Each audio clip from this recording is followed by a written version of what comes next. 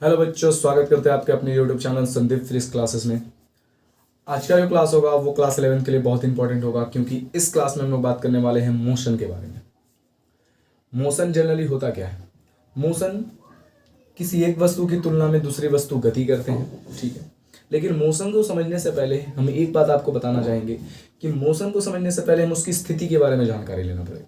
अगर उसकी स्थिति को जान गए तो हमें मोशन बहुत ही क्लियर तरीके से, बहुत ही अच्छे तरीके से समझ में आएगा।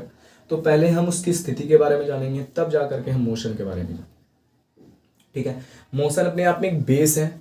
ये आपके एग्जाम के लिए बहुत इंपॉर्टेंट होगा, हर एक एग्जाम के लिए बहुत इंपॉर्टेंट होगा। ये नहीं कि आप 11th में पढ़ रहे हैं तो केवल 11th के लिए इंपॉर्टेंट है, या आपके 12th के लिए, आप कह सकते हैं कि आपके कॉम्पिटिटिव एग्जाम के लिए भी बहुत इंपॉर्टेंट है, ठीक है। यहाँ से बहुत सारे क्वेश्चन एराइज किए जाते हैं, तो आप ध्यान से इस वाले चैप्टर को, इस टॉपिक्स को पढ़िए, ताकि आपको क्लियर तरीके से समझ में आ जाए कि हाँ मोशन होता क्या है।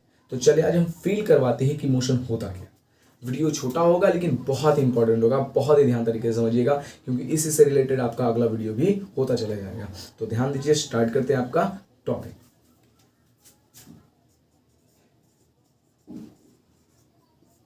मोशन, ठीक है। गति, गति पढ़ने से पहले आपको हम बताए थे कि इसके पहले हमको स्थिति पढ़ना पड़ेगा। स्थिति, इसको हम लोग बोलते हैं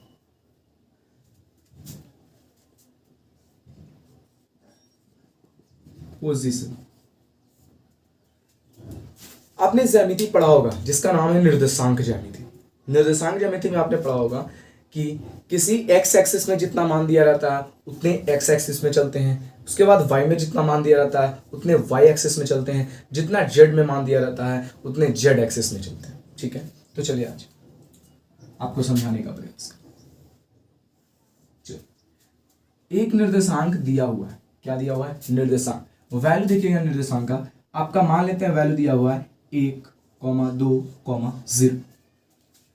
ये आप रट करके बैठे हुए हैं। क्या रट करके बैठे हुए वो समझा देते हैं। पहले वाले मान को आपने x माना है, ये सभी को पता है, ये x, ये y और ये z एक्सिस। पहले वाले भाग को आपने x निर्देशांक माना है, x निर्देशांक माना है, यानी इस वाले को हम लोग कह सकते हैं x निर्देशांक। दूसरे वाले को कह सकते हैं हम लोग y निर्देशांक, और तीसरे वाले को कह सकते हैं हम लोग z निर्देशांक, ठीक है। पहले वाले को x, दूसरे वाले को y, तीसरे वाले को z। अब इसकी स्थिति जानकारी देने का प्रयास करते हैं। स्थिति होता क्या? देखिए, x में बोला गया है 1 चलने के, ठीक है। कितना चलने के लिए बोला है? 1 चलने के। अगर यहां पर हम मान लें इसको मूल बिंदु, जिसका वैल्यू दे दे O, इसको कहा जाए मूल बिंदु,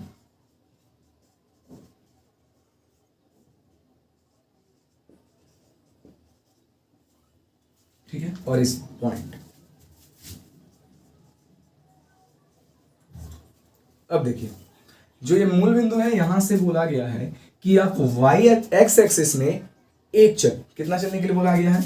एक्स एक्सिस में 1। तो माना गया कि हमारा एक्स एक्सिस में एक हमारा ये बिंदु है, दूसरा ये है, तीसरा ये है, चौथा ये। उसके बाद वाई एक्सिस में देखेंगे तो एक हमारा ये है, दूसरा ये है, तीसरा चौथा, 1 2 3 4। जेड एक्सिस में कुछ चलने के लिए नहीं बोला गया, तो जेड एक्सिस में हम नहीं ध्यान देंगे, पहले एक्स और वाई को देखते हैं। एक्स एक्सिस में 1 चलने बोला, 1 चले, यहां तक आए हम, चल करके हम यहां तक आ गए। वाई एक्सिस में बोला गया कि 2 चलिए, तो यहां से वाई एक्सिस ऊपर की ओर, तो ये यहां से अगर हम चलने का प्रयास करेंगे तो यहां तक जाएंगे। जेड एक्सिस में कोई बात नहीं कही गई है कि आप जेड एक्सिस में चलिए नहीं चलिए, उससे कोई मतलब नहीं है। तो आपका जो बिंदु निकल कर आया है, ये बिंदु आपका आएगा इस दिए गए निर्देशांक का, इस दिए गए निर्देशांक का मूल बिंदु, ये दिए गए निर्देशांक का स्थिति, सॉरी मूल बिंदु बोल रहे हैं, इस दिए गए निर्देशांक की स्थिति बताइए। इस तरह से आप ज्ञात करते हैं, तो इस तरह से ज्ञात करेगा तो ये दिए गए निर्देशांक का आपका स्थिति बताएगा। तो यहीं से आप ज्ञात कर सकते हैं इसकी स्थिति। स्थिति बताने का मेन पॉइंट ये था कि आपको हम बताना चाहेंगे कि इसी से रिलेटेड आपका गति होता है, ठीक है। यह आपकी स्थिति कहलाई। अब देखिए, इसी से हम रिलेट करने का प्रयास करते हैं। आपको सबसे पहले यहां से यहां चलने के लिए बोला गया, फिर यहां से यहां चलने के लिए बोला गया, ठीक है। आपके अंदर इस बिंदु के अंदर आपको गति नजर आ रहा होगा। पहले एक्स एक्सिस में जाने के लिए बोला, फिर वाई एक्सिस पे, ठीक है। पहले एक दिशा में जाने बोला, फिर दिशा को चेंज करने के लिए बोला, ठीक है। तो दिशा चेंज भी हो रही है, और पहले भाग में हम देखें कि दिशा चेंज नहीं हो रही थी। जैसे ही हम वाई एक्सिस में गए तो दिशा उसको बोला कि चेंज कर दिया जाए, तो चेंज कर दिया गया। तो जैसे ही दिशा चेंज कर दिया गया तो हमारा ये जो है आपका स्थिति हो गया वो इस प्रकार यहां प्राप्त। तो ये कहलाएगी किसी वस्तु की स्थिति या दिए गए निर्देशांक की स्थिति। अब देखिए यहां पर हम गति से रिलेट करने का प्रयास करते हैं, देखिएगा ध्यान से। अब कहिएगा कि यहां पर है कैसे हम समझे कि ये गति में, तो यहां से देखिए ये अपनी स्थिति बदली यहां तक, उसके बाद यहां से अपनी स्थिति को यहां चेंज कर दिया, तो हम कहेंगे कि यह जो है वो गति में है। तो गति का सबसे प्यारा डेफिनेशन आपको बता दें कि गति का डेफिनेशन होता क्या है। तो गति का डेफिनेशन आपको समझाने का प्रयास करते, एकदम ध्यान दीजिएगा, ध्यान दीजिए। आपको गति, मोशन जिसे बोला जाता है, अगर इसका डेफिनेशन बताएं तो आप बोल सकते हो अगर किसी वस्तु की स्थिति समय के साथ बदलती है तो हम कहते हैं कि वह वस्तु गति में है। यदि किसी वस्तु की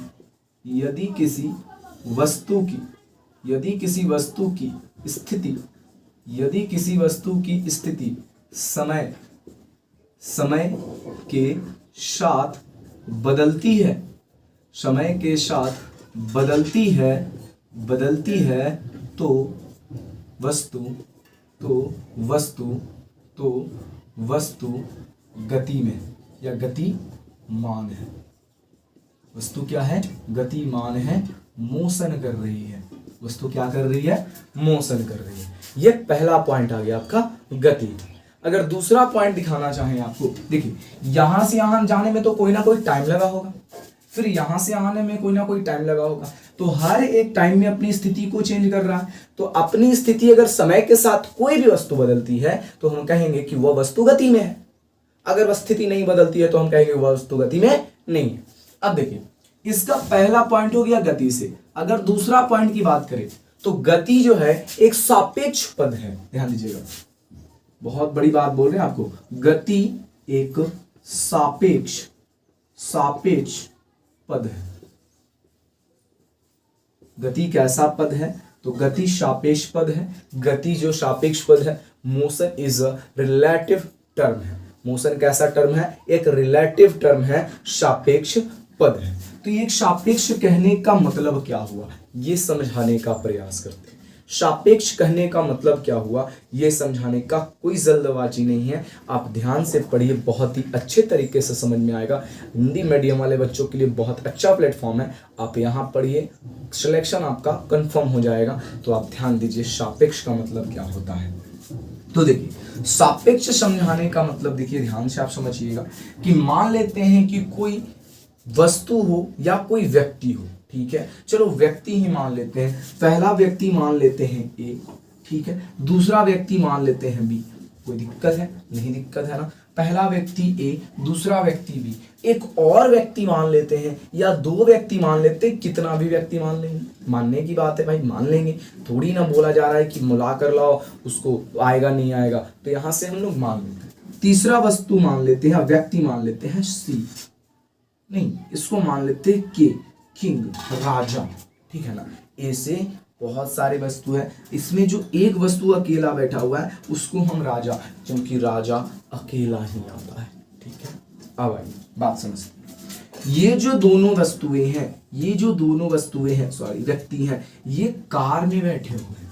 कार के चार पहिए होते हैं बाबू, चार पहिए हमने बना दिए, ये कार में बैठे हुए हैं। तीसरा जो व्यक्ति था, जो राजा थे, वो बैठे हुए थे साइड में, कार में नहीं बैठे हुए थे, अपने घर में बैठे हुए थे। घर के सामने से कार गुजरी, जब कार गुजरी तो यहां से तीन केस निकल कर आए। सबसे पहला केस क्या है, ध्यान दीजिएगा। ए बोला, कौन बोला? ए। किसको बोला? बी को बोला कि का हुआ है, तो तुम रुका है। क्या ये पॉसिबल है? ठीक है, दूसरी केस में देखते हैं। दूसरा केस क्या समझाया? बी बोला ए को, तो ए बोल रहा था ना, अब बी बोला ए को, क्या बोला? कि तुम रुके हो। चलो ठीक है। तीसरी केस क्या थी? तीसरी केस थी ये कि ए बोला सी को, या बोल सकते हैं बी बोला किसको? सी को, कि तुम गति में हो। सबसे पहली केस, ये तीनों पे बातों पे आप बिल्कुल गौर करना। कार को हम थोड़ा यहां पे लिख देते हैं। ए बोला बी को कि तुम गति में हो, बी बोला ए को कि ए बोला बी को कि तुम रुके हो, बी बोले ए को कि तुम रुके हो, फिर उसके बाद बी बोला सी को कि तुम गति में हो। चलो ठीक है, बात समझते हैं।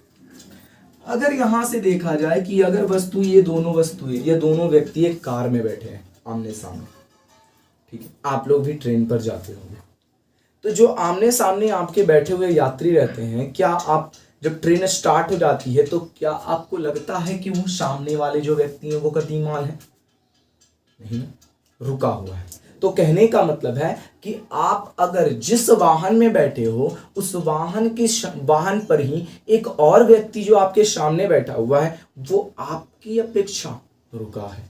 तो पहला अगर पॉसिबिलिटी देखें, ए बी को अगर बोला है कि रुका है, तो बिल्कुल सही बात इन्होंने समझाई है।